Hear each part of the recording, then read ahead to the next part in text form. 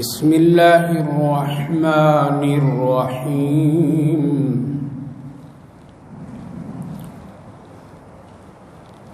کل نفس ذائقۃ الموت وإنما توفون أجوركم يوم القيامة فمن زحزح عن النار وأدخل الجنة فقد فاز وما الحياة الدنيا إلا متاع الغرور لتبلغن في أموالكم وأنفسكم وَلَتَسْمَعُنَّ مِنَ الَّذِينَ أُوتُوا الْكِتَابَ مِنْ قَبْلِكُمْ وَمِنَ الَّذِينَ أَشْرَكُوا أَذًى كَثِيرًا وَإِن تَصْبِرُوا وَتَتَّقُوا فَإِنَّ ذَلِكَ مِنْ عَزْمِ الْأُمُورِ صدق اللہ العظیم۔ کل نفس ذائقۃ الموت، ہر ایک نفس کو موت کا مزہ چکھنا ہے۔ وَإِنَّمَا تُوَفَّوْنَ أُجُورَكُمْ يَوْمَ الْقِيَامَةِ، اور بے شک پورا کا پورا تم کو بدلہ دیا جائے گا قیامت کے دن۔ پھر جو شخص جہنم کی آگ سے بچ گیا اور جنت میں داخل ہوا وہ کامیاب۔ وَمَا الْحَيَاةُ الدُّنْيَا إِلَّا مَتَاعُ الْغُرُورِ، اور دنیا کی زندگی یہ ایک دھوکہ ہے اور دھوکے کی چیز ہے۔ بھائی اور بزرگوں، گزشتہ مجلس میں چند آیات مبارکہ پر روشنی ڈالی گئی تھی، جن میں سے ایک اہم بات یہ تھی کہ کچھ لوگ اللہ کے ایک حکم کے سلسلے میں اللہ کی شان میں لوگ گستاخی کرتے تھے، اور وہ یہ کہ اللہ تعالیٰ نے ایک عمل جو ایک عبادت سے تعلق ہے، اس عبادت کے وہ لوگ منکر تھے۔ عبادت دو طرح کی ہے، ایک عبادت مالی اور ایک عبادت بدنی۔ بدنی عبادت جیسے ہم اور آپ نماز پڑھتے ہیں، روزہ رکھتے ہیں، اور مالی عبادت زکوٰۃ دیتے ہیں، اللہ کے راستے میں مال خرچ کرتے ہیں، یہ بھی ایک عبادت ہے، اس پر بھی بڑا ثواب اور اجر ہے۔ لہذا مالی عبادت کو لوگ یہ کہہ کر کے اللہ کی شان میں گستاخی کرتے تھے کہ اللہ جب دینے والا ہے تو پھر وہ بندوں سے کیوں مانگ رہا ہے کہ تم مجھے قرضہ دو یا زکوٰۃ دو یا صدقات خیرات میرے نام کر دو۔ اس سے یہ پتہ چلا کہ اللہ رب العالمین محتاج اور ضرورت مند ہے، نعوذ باللہ، اور ہم ہی لوگ دینے والے اور مالدار ہیں۔ یہ کہ اللہ کی شان میں بڑی گستاخی کرتے تھے، جس پر حضرت سیدنا صدیق اکبر رضی اللہ عنہ نے تنبیہ فرمائی تھی، جس کی تفصیلات آپ حضرات کے سامنے پہلی مجلس میں ذکر کیا ہوں۔ لہذا اس دنیا میں آدمی اللہ کی شان میں گستاخی کر لے، رسول اللہ صلی اللہ علیہ وسلم کی شان میں گستاخی کر لے، یا اس دنیا میں بڑا سا بڑا کوئی بھی گناہ کر کے زندگی اپنی مرضی کے مطابق گزارے، چوری کرے، زنا کرے، حرام کھائے، دھوکہ دے، فریب کرے، قتل کرے، یعنی جتنی بھی نافرمانیاں وہ کر سکتا ہے کر لے، اللہ اور اس کے رسول اور دین کے خلاف عمل کر سکتا ہے کرے، کوئی بھی ایک رتی برابر بھی وہ نیکی نہ کرے، نہ نماز پڑھے، نہ روزہ رکھے، نہ جانی مالی عبادت میں کوئی حصہ لے، سب نیکیاں چھوڑ کر کے پورا گناہ کرے۔ اللہ نے ایک آیت کریمہ میں ارشاد فرمایا، جس کو ابھی میں نے پڑھا، کل نفس ذائقۃ الموت، کر لو کیا کرنا ہے، ایک دن موت کا مزہ چکھنا ہے۔ یہاں اس جملے میں اللہ نے سب خلاصہ کر دیا، نیکی کرنے والا بھی موت کا مزہ چکھے گا اور گناہ کرنے والا۔ اس وقت تجھے پتہ چلے گا کہ میری زندگی کس حال میں گزری، نیکی میں یا برائی میں۔ لہذا موت کے وقت پتہ چلتا ہے۔ اس لیے اللہ تعالیٰ فرمایا کرو میری شان میں گستاخی، کہہ دو مجھے فقیر، کہہ دو مجھے محتاج، کہہ دو مجھے کچھ، کہہ دو میرے بھیجے ہوئے پیغمبر حضرت محمد صلی اللہ علیہ وسلم کو مجنون، نعوذ باللہ دیوانہ، کہہ دو ساحر، سحر کرنے والا، جادوگر، کہہ دو کچھ بھی کہہ دو، چلے گا۔ دنیا میں چلتا ہے، کیا ہے؟ یہاں سب کی گاڑی چلتی ہے، سب کی لاٹھی چلتی ہے، سب کی بولی چلتی ہے، یہ چلنے والی دنیا ہے۔ یہاں کوئی کسی کو پکڑ نہیں سکتا ہے۔ یہاں اللہ بھی اپنے گھر تک کے بھی پکڑنے کا حکم نہیں دیا ہے۔ شراب پی کر کے آنا ہے میرے گھر میں، آ جاؤ۔ زنا کر کے آنا ہے، آ جاؤ۔ چوری کر کے آنا ہے، آ جاؤ۔ کیا کر کے آنا ہے، آ جاؤ۔ ہم یہاں کچھ بھی نہیں ہے۔ اس کی ایک جگہ ہے فرق کرنے کے لیے، اس کی ایک جگہ ہے وہاں امتیاز اور ممتاز کرنے کے لیے۔ یہاں چلے گا، یہاں تو بھی لاٹھی چلا، وہ بھی چلائے۔ یہاں اللہ کی شان میں تم بھی گستاخی کر، تم بھی کر، کوئی بھی کر، لیکن کل نفس ذائقۃ الموت۔ یا قتل کر دے تم اپنی طاقت سے ہزاروں آدمی کو، ایک دن تم کو بھی موت کا مزہ چکھنا ہے۔ اس لیے قاتل بھی مرتا ہے اور مقتول بھی مر جاتا ہے۔ گنہگار کی بھی راتیں اتنی ہی بڑی ہوتی ہے اور نیکی کے کام کرنے والے کی بھی رات اتنی ہی بڑی ہوتی ہے۔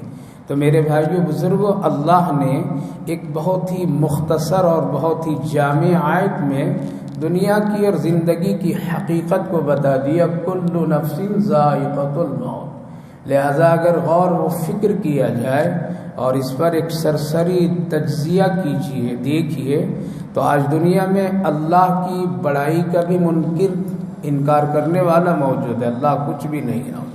ایک فرقہ ہے لا ادری فرقہ ہے، وہ کہتا ہے کچھ بھی نہیں ہے، یہ دنیا اپنے آپ اپنے سسٹم سے چلتی ہے، اپنے آپ سے ہوئی ہے، اپنے آپ سے ختم، لا ادری، ان کو کچھ بھی نہیں۔ دہریہ وہ کہتے ہیں کہ کچھ بھی نہیں، یہ چلانے والا اپنے آپ حالات موسم سے عدلتے بدلتے چلتے رہتے، اس کا چلانے والا کوئی بھی نہیں۔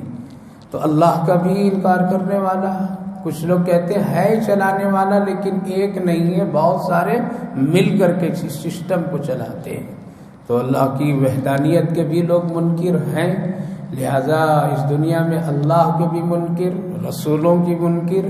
کیسے یہ آدمی رسول بن گیا جن کے پاس دنیا کی کوئی مادی چیزیں نہیں ہیں، ان کا گھر محل اچھا کچھ بھی نہیں ہے، یہ تو غریب آدمی ہے، اور غریب آدمی اتنا بڑا کام اور یہ نبوت رسالت کہاں سے؟ لہذا آج دنیا میں اکثریت رسول اللہ صلی اللہ علیہ وسلم کی نبوت اور رسالت کے منکر ہیں۔ کچھ لوگ کہتے ہیں کہ نہیں، رسول اللہ صلی اللہ علیہ وسلم ہیں، رسول نبی سب ہیں، لیکن آپ کے بعد میں بھی ضرورت پر نبی آتے رہتے ہیں۔ یہ بھی دھوکہ، یہ بھی انکار، یہ بھی گستاخی ہے۔ قرآن کریم کے سلسلے میں بھی ایک طبقہ انکار کرنے والا موجود ہے، نہیں اللہ کا کلام کیسے ہو سکتا ہے، اتنے زمانے کے بعد یہ صحیح کیسے رہ سکتا ہے؟ اس لیے کہ جس وقت میں رسول اللہ صلی اللہ علیہ وسلم تھے تو یہ قرآن نہ چھپا تھا اور نہ مشینیں تھی، نہ لکھنے لکھانے کا کوئی معاملہ نہیں تھا، اور پھر کیسے حرف بہ حرف یہاں تک رہے؟ اس میں بھی کچھ خرد برد نعوذ باللہ ہوا ہے، اور یہ صحیح کتاب نہیں۔ ان کے بھی انکار کرنے والے لوگ اس دنیا میں موجود ہیں۔ لہذا آپ دیکھیں گے تو دنیا میں ہر چیز کے منکر ہے۔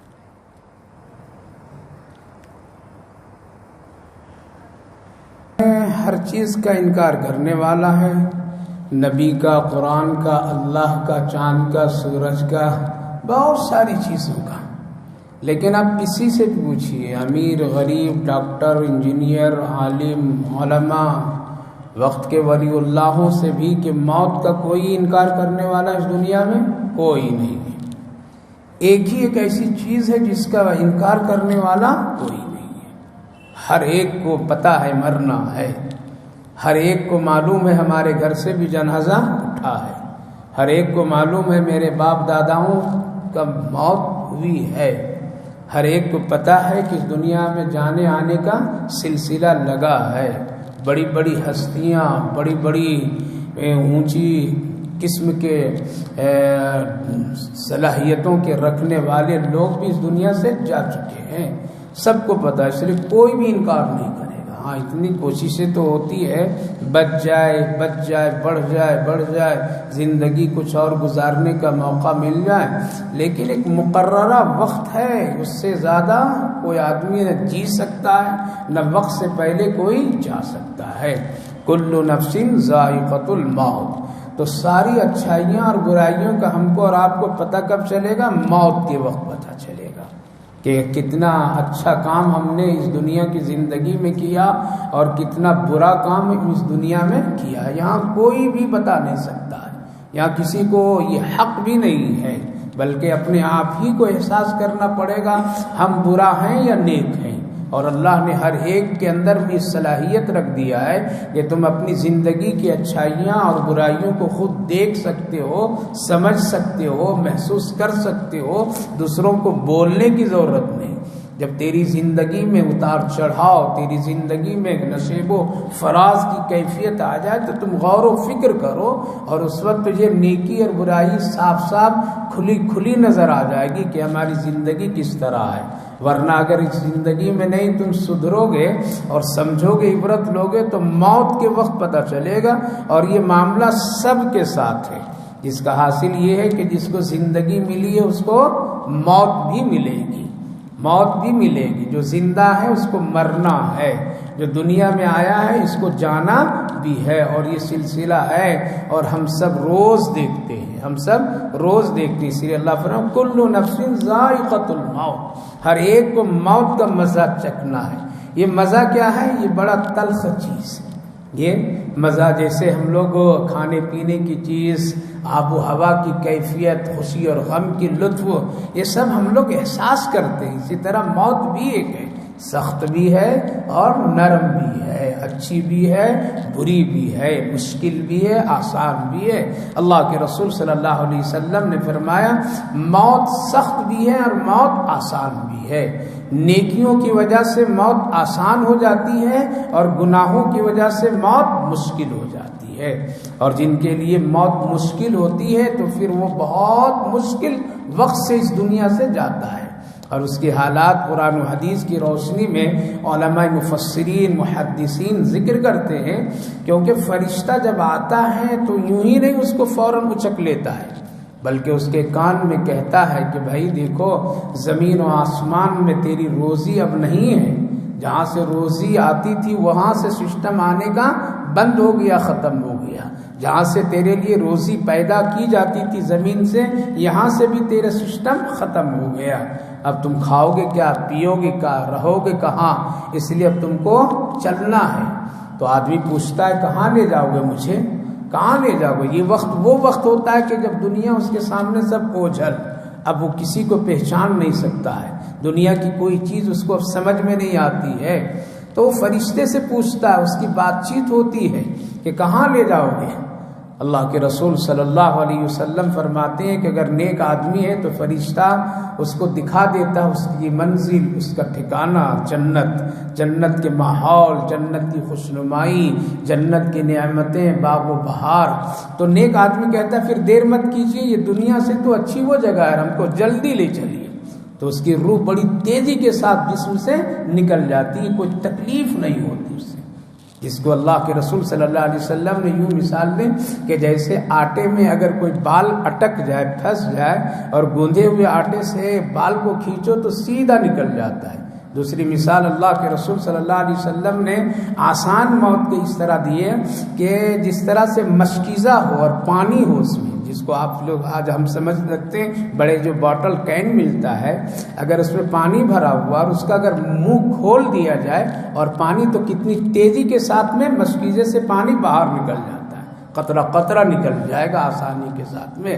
اسی طرح سے نیک آدمی کہتا ہے کہ جو تم ہمیں گھر دکھا رہے ہو، جاؤ میرا ٹھکانہ ہے جہاں مجھے جانا ہے، یہ تو دنیا سے بڑی اچھی جگہ ہے، اب تک کہ ہم یہاں کیوں پڑے ہوئے یہ بیکار اور بدبودار جگہ پر میں، اس لیے ہم کو جلدی لے چلو۔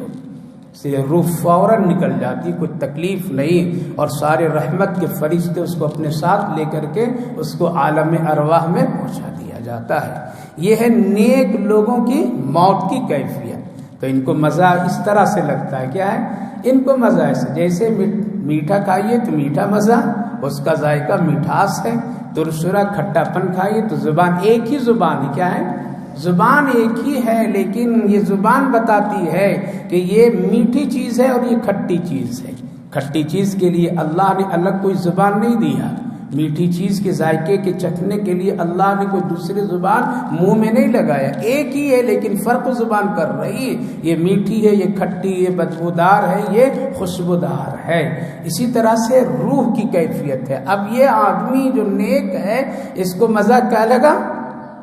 اچھا مزہ لگا، بہت اچھی جگہ پر جا رہا ہے، خوشی خوشی سے، جیسے ایک آدمی کو تکلیف کی جگہ پر ہو، گرمی ہے، شدت ہے، رہنے کی جگہ ٹھیک نہیں ہے، پانی کا انتظام نہیں ہے، ہوا کا انتظام نہیں ہے۔ اب اگر اس کو 2-4 دن وہاں رہنا پڑا کسی مجبوری سے، اب کوئی آدمی آتا کہتا ہے کہ اب چلو، اب آپ کے لیے میں ایک اچھا روم تیار کر دیا ہوں جہاں پر میں ٹھنڈا پانی بھی ہے، ٹھنڈی ہوا بھی ہے، اے سی بھی ہے، ساری ضروریات ہے، مزہ ہے، اور یہ دیکھو یہ ہے، تو آدمی کتنی جلدی نکلے گا، سامان جلدی سمیٹے گا، فوراً اس میں منتقل ہوگا۔ اسی طرح سے دنیا کی کیفیت ہے میرے بھائی بزرگوں، جنت بڑی اچھی جگہ ہے، تو موت سے پہلے اللہ کے حکم سے فرشتے وہ منزل وہ مقام دکھا دیا جاتا، دکھا دو اس کو تاکہ آنے میں اس کو کوئی پریشانی نہ ہو، خوشی خوشی آ جائے، تو وہ موت کا مزہ اس کو بہت اچھا لگتا ہے۔ کیا ہوتا ہے؟ اچھا لگتا ہے، بہت ہی دل سے وہ قبول کر لیتا ہے۔ اور جو آدمی گنہگار ہوتا ہے، جو آدمی بدنصیب ہوتا ہے، جو اپنی مرضی سے اس دنیا میں زندگی گزارا، اللہ اس کے رسول کی نافرمانیوں میں زندگی گزارا، وہ یہ کہہ کر کے زندگی گزارا میری زندگی، میری مرضی، میرا جسم، میرا مال، میرا وقت، میرا یہ سسٹم، ہمارے اوپر نہ شریعت چلے گی، نہ اللہ اور اللہ کے رسول کا قانون چلے گا، مرضی ہوگی تو نیکی کر لیں گے، نہیں ہوگی تو نہیں کریں گے، اپنی مرضی سے گناہوں سے زندگی گزار۔ موت تو ہے، سب کو مرنا ہے۔ اب فرشتہ آیا تو کان میں کہتا ہے روزی اوپر سے جو آ رہی تھی وہ بھی ختم، نیچے سے بھی جو ہو رہی تھی وہ بھی ختم، تیری روزی میں نے 7 زمین کے نیچے میں تلاش کی، اب نہیں ہے، 7 آسمان وہاں بھی نہیں ہے، اب سارا سسٹم تمہارا ختم ہے، تم کو یہاں سے اب جانا ہے۔ تو پوچھتا ہے کہاں لے جاؤ گے؟ اب اس کے سامنے جہنم کی وہ کیفیت، وہ عذاب کی کیفیت، آگ کی کیفیت، ہولناک کی ڈرونا، عذاب کے لیے کیا کیا ہے، سانپ ہے، بچھو ہے، دنیا ساری چیزیں۔ تو آدمی کہتا ہے کہ ارے یہ کیسی جگہ تم ہم کو لے کر کے جا رہے ہو، ہم یہاں نہیں جائیں گے، اس سے تو بہتر میری یہ دنیا ہے، ہم یہاں ذرا ٹھیک ٹھاک سے تھے، یہاں ہمارا گھر ہے، یہاں محل ہے، ہماری ساری چیزیں، ہمارے لوگ ہیں، ہم ایسی جگہ کہاں جائیں گے جہاں میرا کوئی بھی نہیں، اور وہ آگ ہے، وہ کھنڈرات ہے، وہاں تکلیف ہے، سانپ ہے، بچھو ہے، اژدہا ہے، ایسی جگہ ہم کیوں جائیں گے، نہیں جاؤں گا۔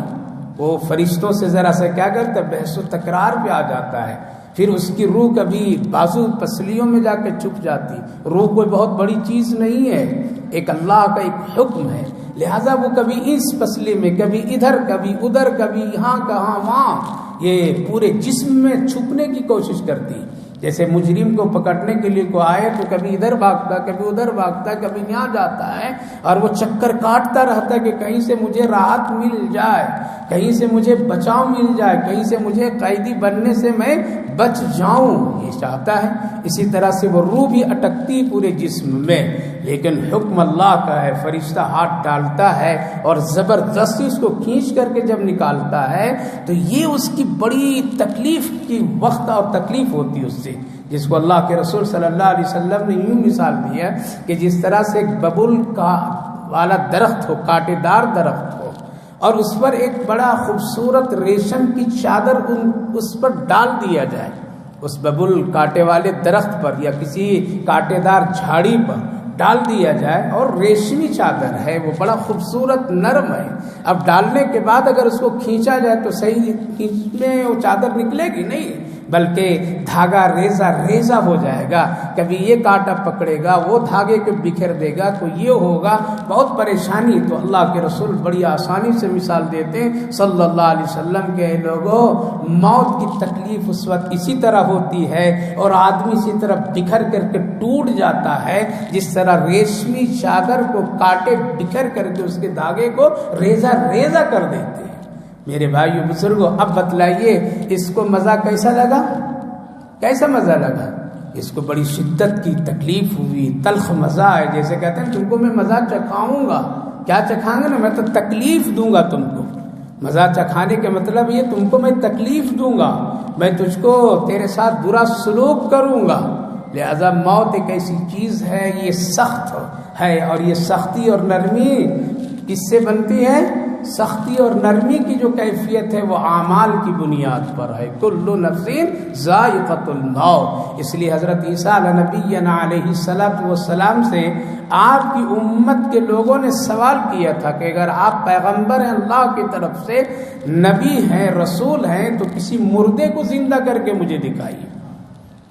حضرت عیسیٰ علیہ نبینا علیہ السلام نے کہا کہ ٹھیک ہے، زندہ کروں گا، اللہ کے حکم سے بتاؤ۔ تو ایک قبرستان قبر پر لوگ لے کے گئے، آپ نے اللہ کے حکم سے قم بإذن اللہ، اے قبر والا اللہ کے حکم سے اٹھ۔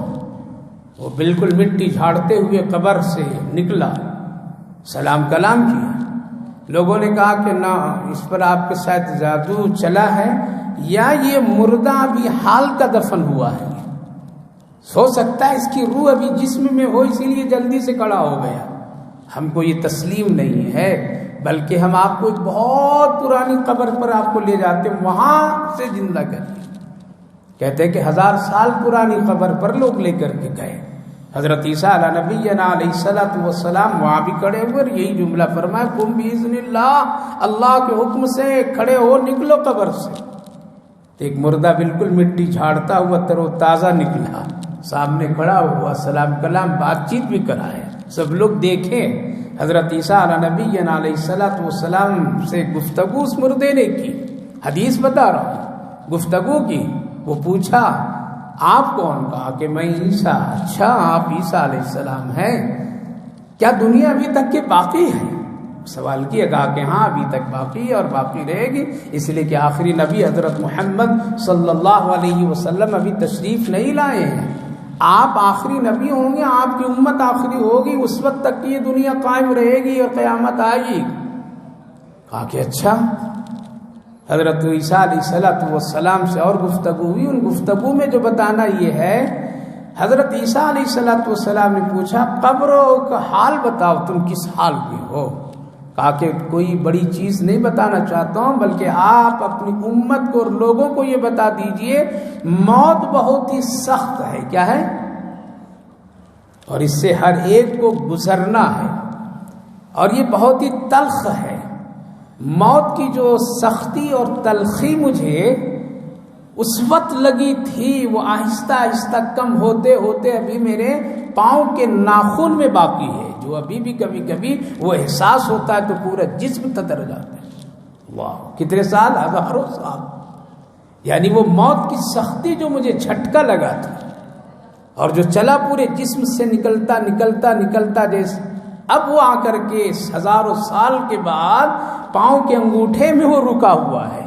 لیکن کبھی کبھی وہ اس کے ٹس سے میں پریشان ہو جایا کرتا ہوں، اس لیے لوگوں کو پیغام دے دیجئے، سنا دیجئے کہ موت بہت سخت ہے، اس کی سختی صرف اور صرف نیکی سے ختم ہوتی ہے، برائی سے اور سخت ہو جاتی ہے۔ کل نفس ذائقۃ الموت۔ میرے بھائیو بزرگوں، ہمیشہ آدمی کو موت سے ڈرنا چاہیے اور اللہ سے دعا کرنی چاہیے، اللہ ہماری موت آسان بنائے۔ اسی لیے نبی اکرم صلی اللہ علیہ وسلم ہمیشہ دعا فرمایا کرتے تھے، 2 دعائیں بہت آپ کرتے تھے۔ ایک تو دعا ہے اللہ محمد سے اگر حساب لیں گے تو آسان حساب لیجئے گا، اور محمد کی موت کو آسان بنا دیجئے گا۔ پیغمبر ہونے کے باوجود رسول اللہ صلی اللہ علیہ وسلم آخری نبی امام الانبیاء ہونے کے باوجود بھی یہ دعائیں برابر کرتے. اللہ محمد سے حساب لینے کا آپ کا حق ہے.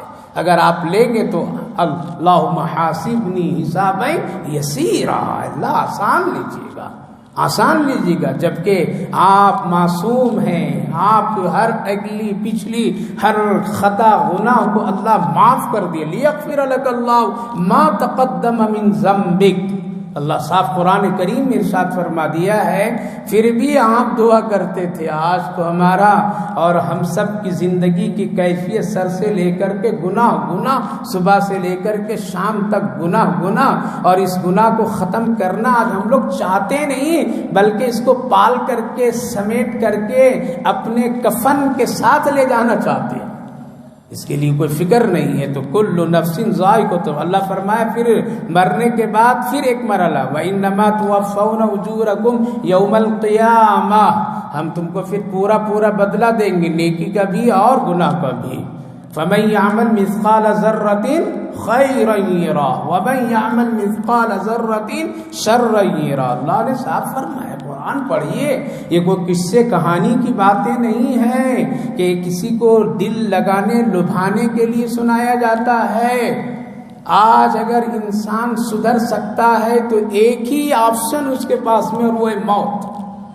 لیکن اتنا دل جب پتھر ہو جاتا ہے تو مرنے سے بھی آدمی ڈرتا نہیں ہے، بلکہ وہ جینے کی تدبیر کرتا ہے. کون سی تدبیر کرے جو اور میں جیوں، کون سی شکل اختیار کروں کہ اور میں جیوں، کون سی شکل اختیار کروں کہ اور میں اس دنیا میں رہوں. تو اللہ آگے دنیا کی بھی حقیقت کو بتایا ہے. تو اللہ فرمایا وَإِنَّمَا تُوَفَّوْنَ أُجُورَكُمْ يَوْمَ الْقِيَامَةِ، قیامت کے دن ہم تم کو پورا بدلہ دیں گے. ذرہ برابر بھی اس میں کم اور زیادہ کچھ بھی نہیں کریں گے. جتنا ہے وہ دیں گے، بلکہ نیکیوں کو اللہ بڑھا کر کے دے گا. کیا کرے گا؟ بڑھا کر کے دے گا. اللہ کریم رحیم ہے. گناہ کو گناہی تک دے گا، لیکن نیکی کو اخلاص کی بنیاد پر کبھی بڑھا کر کے دے گا. لیکن پورا بدلہ اللہ دے گا، کمی نہیں کرے گا. ہم نیکی کر کے بھول جائیں گے، اللہ نہیں بھولے گا. ہم گناہ کر کے بھول جائیں گے، لیکن اللہ نہیں بھولے گا. دونوں کا بدلہ مل کر کے رہے گا. جس وقت میں چھوٹی نیکیوں کے بدلے ملیں گے، اللہ کے رسول صلی اللہ علیہ وسلم نے ارشاد فرمایا، لوگ تعجب کریں گے اور کہیں گے کاش کہ اور ایسی چھوٹی نیکیاں میں کر لیا ہوتا تو آج جنت میں ہمارے بڑے درجات بن گئے ہوتے. اس لیے کبھی کبھی ہم لوگ سمجھتے ہیں چھوٹی نیکی اس کو کیا کریں گے، مسواک کیوں کریں گے، یہ تو کسی غریب آدمی کا حصہ ہے. ہم یہ کام کیوں کریں گے، یہ کوئی اور کرے گا. ہم سلام کیوں کریں گے، ہم بڑے آدمی ہیں، غریب چھوٹے راہگیروں کو مسلمانوں کیوں سلام کریں گے. میرے بھائی بزرگ، جب یہ نیکیاں چھوٹی قطرے بن کر کے جب ایک شکل بنے گی تو اس وقت کہیں گے کاش روزانہ میں 500 آدمی کو سلام کرتا تو آج کتنی نیکیاں مجھے مل جاتی. کاش ہم مسواک کر کے نماز اور وضو کرتے تو اس کے فائدے کتنے ہوتے. کاش کہ اگر روزانہ اپنے دین کا آغاز کسی صدقہ سے ہم کرتے تو آج اس کا بدلہ ہم کو کتنا ملتا.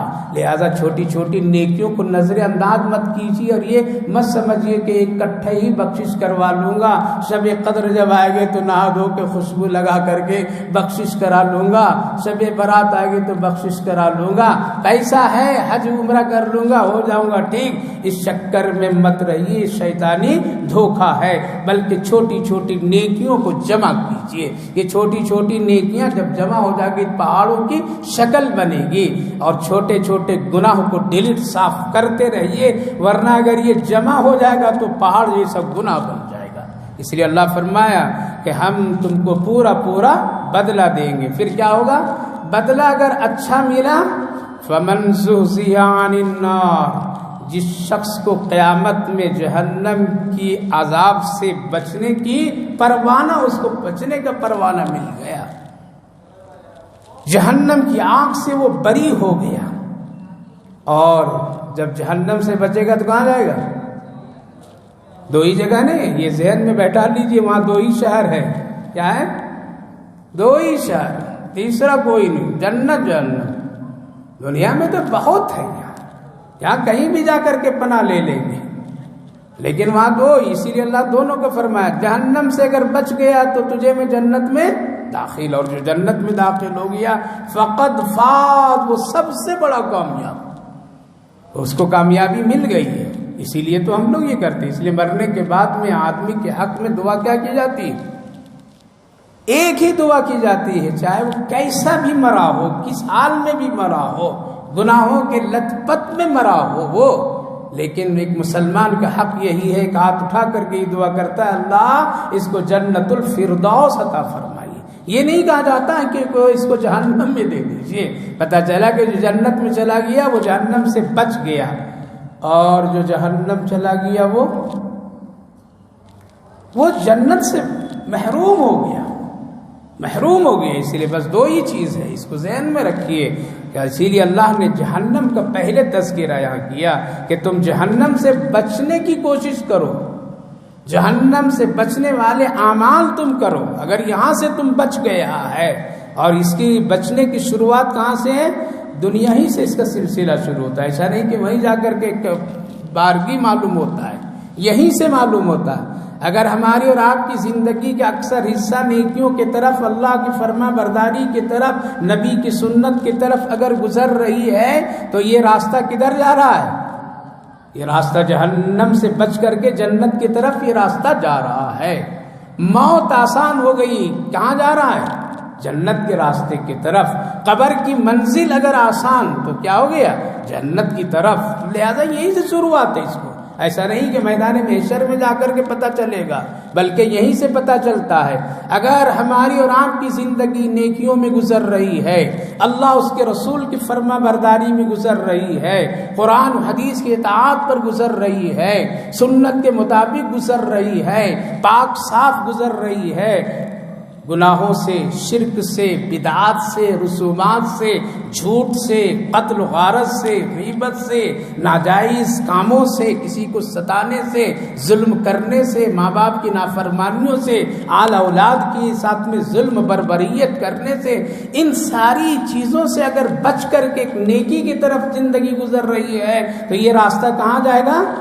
یہ راستہ جنت کی طرف لے جائے گا۔ تو یہاں ہی سے پتہ چلتا آدمی کو ہم جا رہے ہیں کدھر، ہم جا رہے ہیں کہ اہدنا الصراط المستقیم کی طرف جا رہے ہیں یا غیر المغضوب علیہم ولا الضالین کی طرف جا رہے ہیں۔ دو ہی راستہ ہے کہ ہدایت کا راستہ اور ایک ضالین کی راستہ، ایک صحابہ کا راستہ اور ایک گمراہوں کے راستہ ہے۔ تو یہاں دونوں فائنل ہے میرے بھائی بزرگوں، اس لیے اندازہ کر لیجئے میں کس راستے پر چل رہا ہوں، میری بیوی بچے کس راستے پر چل رہے ہیں، میں اپنی بیوی بچوں کو کس راستے پر لے جا رہا ہوں، کہاں ہے اور کس منزل کی طرف میں رواں دوا ہو، میری رات دن زندگی کیسی گزر رہی کدھر۔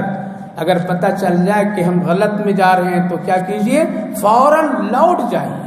جس کی مثال ہمارے بزرگوں نے یوں دیا کہ اگر کوئی آدمی کسی کی وجہ سے یا جلد بازی کی وجہ سے یا خوشنمائی کی وجہ سے یا کسی سہولت یا بھول کی وجہ سے اسٹیشن پہنچا، ٹرین لگی ہے، ٹرینوں کی شکلیں ایک ہی طرح نظر آ رہی ہے، جلدی سے بیچارے کے پاس وقت نہیں تھا اور گاڑی کھلنے والی تھی، ٹرین کھلنے والی تھی، وہ جلدی سے بیٹھ گیا، سوار ہو گیا کہ میری بھی گاڑی جو جانے والی ٹرین ہے وہ بھی تو ایسے ہی تھی اور اسی پلیٹ فارم سے جایا آیا کرتی تھی برابر، لیکن آج وہ پلیٹ فارم ذرا بدلا ہوا ہے، لہذا چڑھ گیا، بیٹھ گیا، ایک اسٹیشن گیا، دو اسٹیشن گیا، دیکھتا رہا غور سے، دوسرے میں دیکھا تو سمجھ میں نہیں آیا، تیسرے میں دیکھا تو سمجھ میں آ رہا ہے کہ ہم اس سے پہلے جتنے بھی سفر کرتے تھے یہ سارے اسٹیشن نہیں ملتے تھے، آج یہ الگ الگ اسٹیشن مل رہے ہیں۔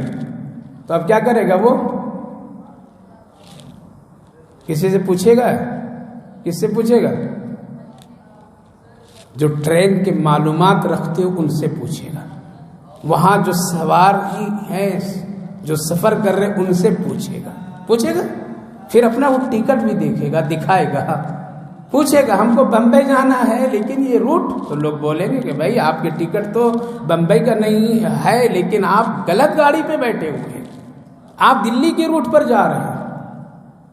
وہ معلومات کرے گا جاننے والوں سے، معلوم ہو جائے گا تو ضد سے بیٹھا رہے گا، بلکہ ایک دو اسٹیشن کے بعد وہ کیا کرے گا؟ وہ اتر جائے گا، نہیں تو ایسے تو نہیں کہ دلی تک جائے گا تو اس کو 4-5 دن کا اور مسافت طے کرنے پڑیں گے، خرچے بڑھیں گے، پریشانیاں ہوگی، دقتیں ہوگی، دشواریاں ہوگی، نہ جانے کیا کیا حالات اس کے ساتھ گزریں گے۔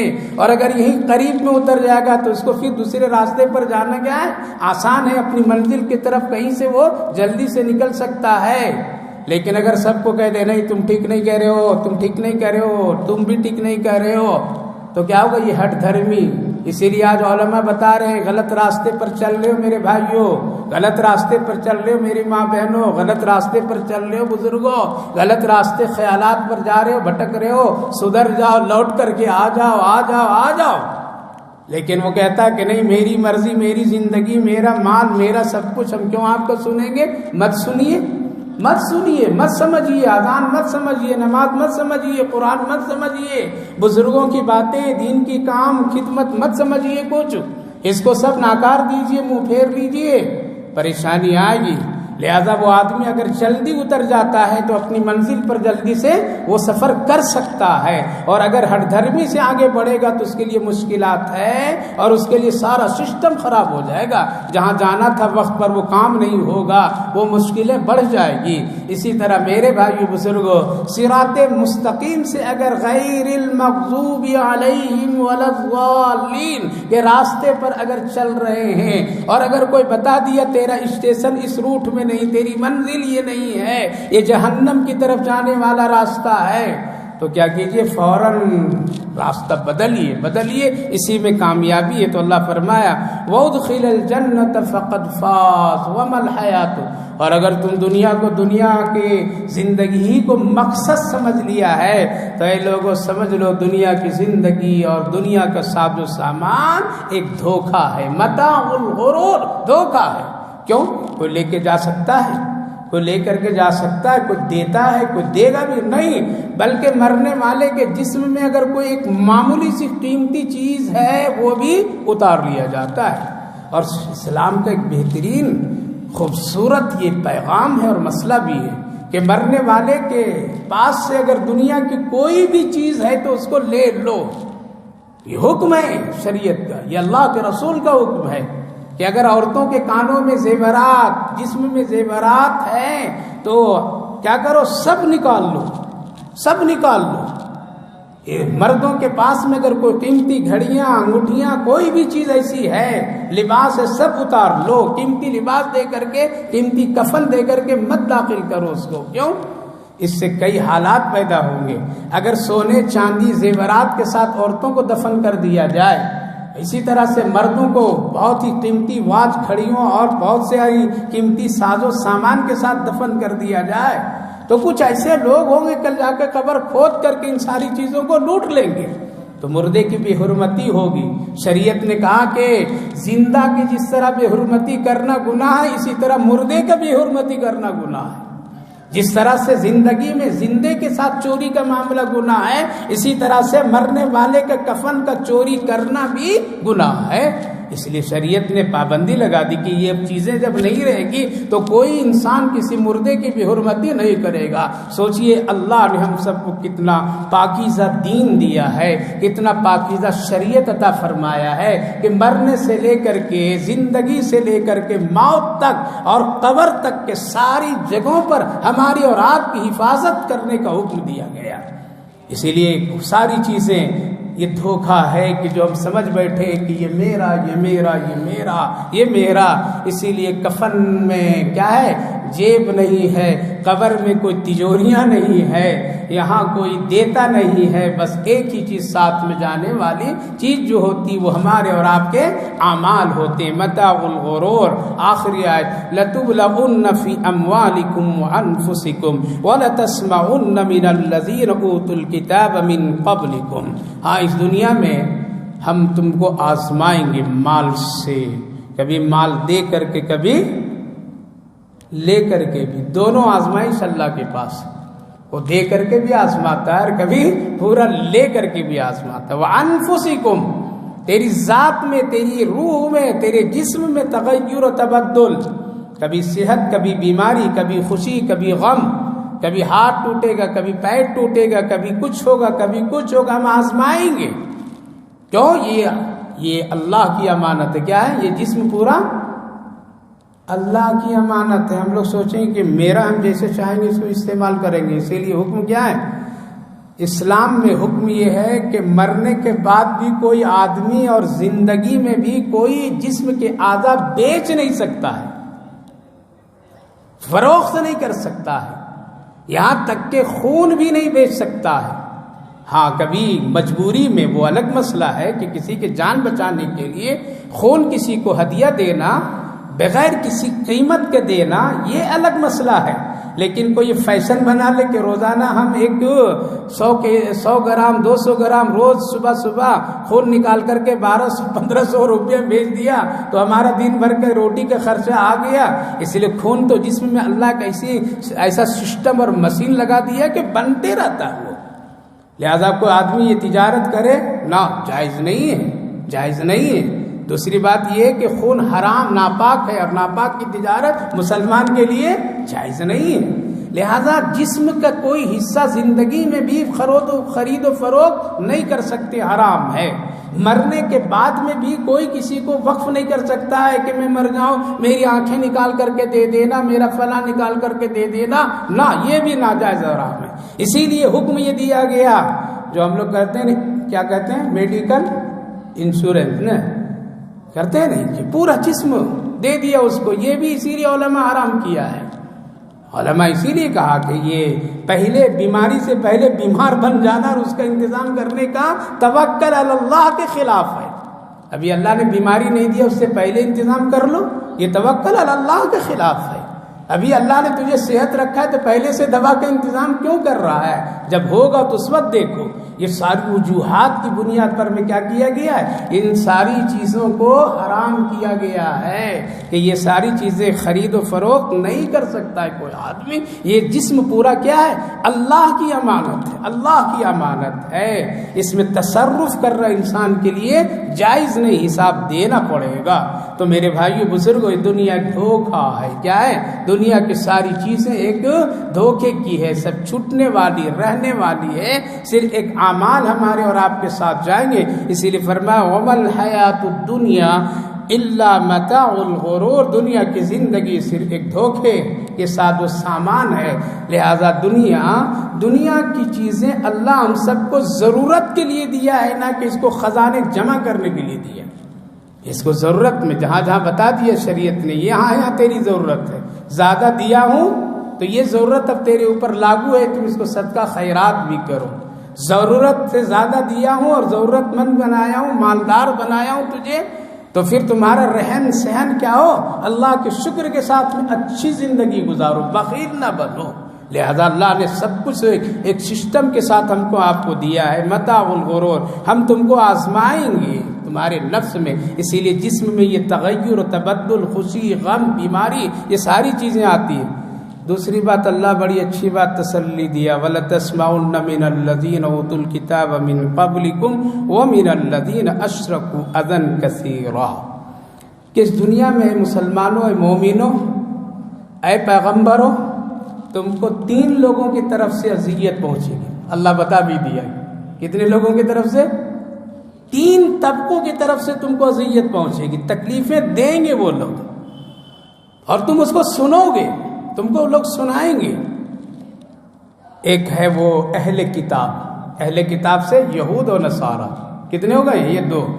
یہ تم کو تکلیف دیں گے، تم اس سے تم مطمئن نہیں رہنا. یہ کبھی زبان سے، کبھی بات سے، کبھی ذہنی تناؤ سے کچھ نہ کچھ یہ تو اس کو تکلیف پہنچائیں گے. ایک وَمِنَ الَّذِينَ أَشْرَكُوا، اور مشرکوں سے بھی، یعنی یہ کافر و مشرک سے بھی تم کو تکلیفیں پہنچے گی، یہ پہنچائیں گے. یہ کون کہہ رہا ہے؟ یہ نہیں کہتے کہ مولوی صاحب آج کہہ کر کے جا رہے ہیں. یہ نہیں کہیے کہ کوئی عالم صاحب کہہ رہے ہیں، یہ نہ کہیے کہ کوئی مفتی کا فتویٰ ہو رہا ہے بہت سخت بول رہا ہے. یہ بانٹنے کی بات، یہ اللہ جس پر ہم سب کا ایمان ہے وہ اللہ پہلے ہم کو اور آپ کو خبر کر دیا کہ اے ایمان والو، تیرے پاس اگر ایمان ہے تو بہت بڑی دولت ہے. اس کی بنیاد پر تم کو 3 طبقے کے لوگ اذیت دیں گے. اذًى كثيرا بھی فرمایا اللہ، بہت تکلیف دیں گے. اللہ پہلے باخبر کر دیا. اور خوب تکلیف، یہ تکلیف کا اگر اندازہ لگائیے پیارے آقا محمد الرسول اللہ سے شروع ہے. کتنی تکلیف، اللہ اکبر، اتنی تکلیف آج نہیں ہے جو تکلیفیں لوگ گزار چکے ہیں. لہذا اذن کثیرہ خوب دیں گے وہ تکلیف. ایسے حالات میں اللہ کی طرف سے رہبری، رہنمائی. قرآن کیا کہتا ہے؟ کہتا ہے وَإِن تَصْبِرُوا وَتَتَّقُوا، تم صبر کرنا اور تقوی اختیار کرنا. اب تقوی کا مطلب یہ نہیں ہے کہ مارنے کے لیے آیا تو دوسرا گال بھی دے دو. تقوی کا مطلب یہ ہے کہ تم دفاعی طاقت بھی اختیار کرتے رہو، روحانی اعتبار سے بھی، مادی اعتبار سے بھی.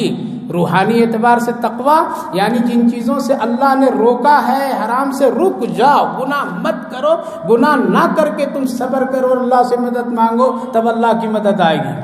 ہم لوگ صبر کرتے ہیں، گناہ نہیں چھوڑتے ہیں. کیا کرتے ہیں؟ ہم لوگ وظیفہ پڑھتے ہیں اور گناہ نہیں چھوڑتے ہیں. گناہ بھی جاری، وظیفہ بھی جاری، گناہ بھی جاری، قرآن کی تلاوت بھی جاری، گناہ بھی جاری، حج بھی جاری، گناہ بھی جاری، عمرے پر بھی جانا آنا. اسی لیے نیکی کا اور نیکی کے کاموں کا زندگی پر اثرات اور فائدے نہیں ہوتے ہیں. تو تقوی کا مطلب یہ ہے کہ جن گناہوں سے اللہ نے روکا ہے، جن حرام کاموں سے روکا ہے، تم رک جاؤ، صبر کرو، ہمت کے ساتھ رہو، حوصلے کے ساتھ رہو. فَإِنَّ ذَلِكَ مِنْ عَزْمِ الْأُمُورِ، بے شک یہ صبر کرنا اور تقوی اختیار کرنا، دین پر قائم رہنا، ایمان پر قائم رہنا، یہ بڑی ہمت کی بات ہے. کیا ہے؟ یہ ہمت والوں کی بات ہے، یہ بڑے اچھے لوگوں کی بات ہے. یہاں اللہ نے ایک پہلو کو اختیار کر کے بتایا کہ وہ تکلیف جیسی دیں گے تم ویسی طرح سے نہیں کرنا.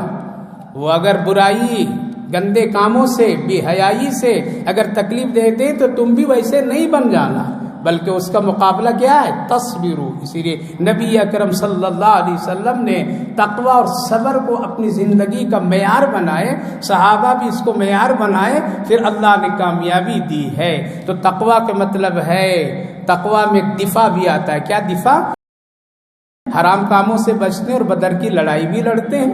تقوی حلال کاموں کو اختیار کرتے ہیں، اللہ رسول سے محبت کرتے ہیں اور جنگ احد میں بھی چلے جاتے ہیں، جنگ بدر میں چلے جاتے ہیں، غزوہ خندق کا عمل کرتے ہیں، غزوہ تبوک میں جاتے ہیں. وہ ہر جگہ فٹ ہے. تو تقوی کا مطلب یہ نہیں کہ اب تسبیح لے کر کے گھر میں بیٹھ جانا، نہیں. تقوی کا مطلب ہے دفاع بھی کرنا اور صبر بھی کرنا، اللہ سے مدد مانگنا. یہ بڑی ہمت کی بات ہے، بڑے عزم ہو اور حوصلے والوں کا کام ہے. خلاصہ یہ میرے بھائی بزرگوں، زندگی چاہے نیکی میں گزار لو یا برائی میں گزار لو، موت آنا ہے. اور موت میں مزہ مل جائے گا کہ میٹھی چیز ہے یا کھٹی چیز ہے. کیا ہے؟ وہ موت فیصلہ کر دے گی. اس لیے اپنی موت کو اچھی بنائیے، اپنی موت کو آسان بنائیے، اپنی موت کی فکر کیجیے، اپنی موت کو دین شریعت پر عمل کر کے اس کو بہت ہی خوبصورت بنائیے. یہ ایک بڑی کامیابی ہے. دوسری بات یہ ہے، جنت میں چلے گئے تو بہت بڑی کامیابی، اور وہاں سے اگر محروم کر دیے گئے تو بہت بڑی ناکامی ہے. تیسری بات یہ، دنیا میں اذیت تکلیف لوگ دیتے رہیں گے، ہمارا اور آپ کا کام ہے اپنے دین ایمان پر مضبوط اور ہمت کے ساتھ کام کرتے رہنا، قائم رہنا اور برائی کے دفاع کرتے رہنا. انشاءاللہ اسی میں مدد، اسی میں خوشحالی ہے. اللہ آپ کو بھی ہم کو بھی اس کی